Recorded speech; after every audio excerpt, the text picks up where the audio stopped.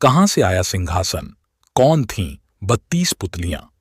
इस कहानी में हमने अब तक सुना कि सिंहासन की दूसरी पुतली चित्रलेखा ने राजा को सिंहासन पर नहीं बैठने दिया था। पुतली चित्रलेखा ने कहानी सुनाकर वहां से उड़कर चली गई। राजा भी उस दिन मायूस होकर चले गए थे। अब आगे।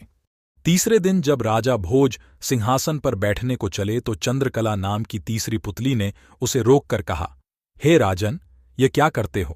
पहले विक्रमादित्य जैसे काम करो, तब सिंहासन पर बैठना। राजा ने पूछा, विक्रमादित्य ने कैसे काम किए थे? पुतली बोली, लो सुनो। तीसरी पुतली चंद्रकला ने जो कथा सुनाई वह इस प्रकार है। एक बार पुरुषार्थ और भाग्य में इस बात पर ठन गई कि कौन बड़ा है। पुरुषार्थ कहता कि बगैर मेहनत के कुछ भी संभव नहीं है, जबकि भाग्य का मानना था कि जिसको जो भी मिलता है भाग्य से मिलता है, परिश्रम की कोई भूमिका नहीं होती है। उनके विवाद ने ऐसा उग्र रूप ग्रहण कर लिया कि दोनों को देवराज इंद्र के पास जाना पड़ा। झगड़ा बहुत ही पेचीदा था, इसलिए इंद्र भी चकरा गए। पुरुषार्थ को वे नहीं मानते जिन्हें भाग्य से ही सब कुछ प्राप्त हो चुका हो। दूसरी तरफ अगर भाग्य को बड़ा बताते तो पुरुषार्थ उनका उदाहरण प्रस्तुत करता, जिन्होंने मेहनत से सब कुछ अर्जित किया हो। इंद्र असमंजस में पड़ गए और किसी निष्कर्ष पर नहीं पहुंचे। काफी सोचने के बाद उन्हें विक्रमादित्य की याद आई। उन्हें लगा कि सारे विश्व में इस झगड़े का समाधान सिर्फ वही कर सकते हैं। उन्होंने पुरुषार्थ और भाग्य को विक्रमादित्य के पास जाने के लिए कहा। पुरुषार्थ और भाग्य मानव वेश में विक्रमादित्य के पास चल पड़े। विक्रमादित्य को भी झगड़े का तुरंत कोई समाधान नहीं सूझा। उन्होंने दोनों से 6 महीने बाद आने को कहा।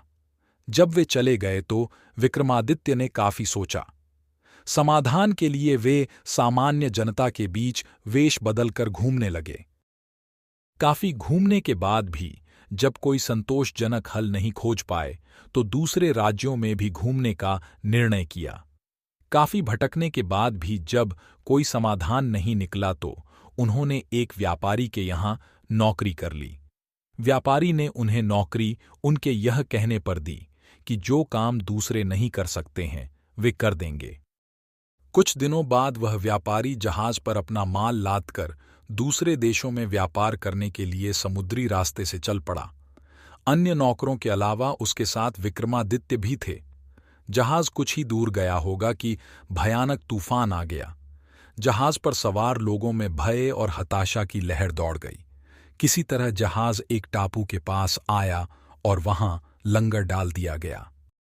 जब तूफान समाप्त हुआ तो लंगर उठाया जाने लगा, मगर लंगर किसी के उठाए न उठा। अब व्यापारी को याद आया कि विक्रमादित्य ने यह कहकर नौकरी ली थी कि जो कोई न कर सकेगा वे कर देंगे। उसने विक्रम से लंगर उठाने को कहा। लंगर उनसे आसानी से उठ गया। लंगर उठते ही जहाज तेज गति से बढ़ गया, लेकिन टापू पर विक्रमादित्य छूट गए। उनकी समझ में नहीं आया कि क्या किया जाए। द्वीप पर घूमने फिरने चल पड़े।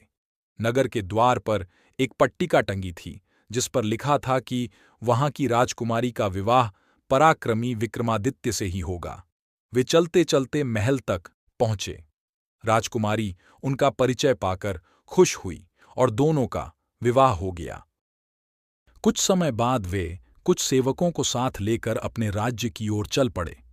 रास्ते में विश्राम के लिए जहां डेरा डाला वहीं एक सन्यासी से उनकी भेंट हुई।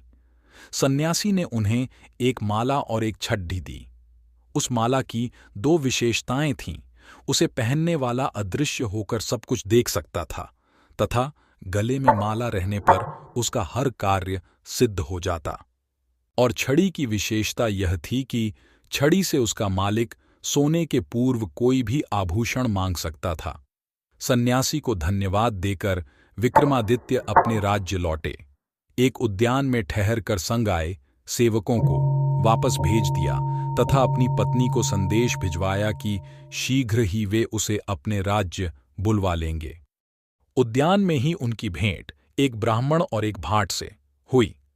वे दोनों काफी समय से उस उद्यान की देखभाल कर रहे थे। उन्हें आशा थी कि उनके राजा कभी उनकी सुध लेंगे तथा उनकी विपन्नता को दूर करेंगे। विक्रमादित्य पसीज गए। उन्होंने सन्यासी वाली माला भाट को तथा छड़ी ब्राह्मण को दे दी। ऐसी अमूल्य चीजें पाकर दोनों धन्य हुए और विक्रम का गुणगान करते हुए चले गए। विक्रम राज दरबार में पहुंचकर अपने कार्य में संलग्न हो गए। 6 मास की अवधि पूरी हुई तो पुरुषार्थ तथा भाग्य अपने फैसले के लिए उनके पास आए। विक्रमादित्य ने फैसला दिया कि भाग्य और पुरुषार्थ एक दूसरे के पूरक हैं। उन्हें छड़ी और माला का उदाहरण याद आया। जो छड़ी और माला उन्हें भाग्य से, सन्यासी से प्राप्त हुई थीं, उन्हें ब्राह्मण और भाट ने पुरुषार्थ से प्राप्त किया। पुरुषार्थ और भाग्य पूरी तरह संतुष्ट होकर वहां से चले गए। कहानी सुनाकर पुतली बोली, बोलो राजा, क्या आप में है ऐसा न्यायप्रिय फैसला देने की दक्षता और अमूल्य वस्तुएं दान में देने का हृदय और सामर्थ्य। राजा भोज फिर सोच में पड़ गए और तीसरे दिन भी सिंहासन पर नहीं बैठ सके। चौथे दिन चौथी पुतली कामकंदला ने सुनाई विक्रमादित्य की दानवीरता की कथा, जो कि हम सुनेंगे अगले भाग में इसी जगह। मिलते हैं अगले वीडियो में बहुत जल्द। तब तक के लिए करते हैं आपको धन्यवाद। जय श्री राम।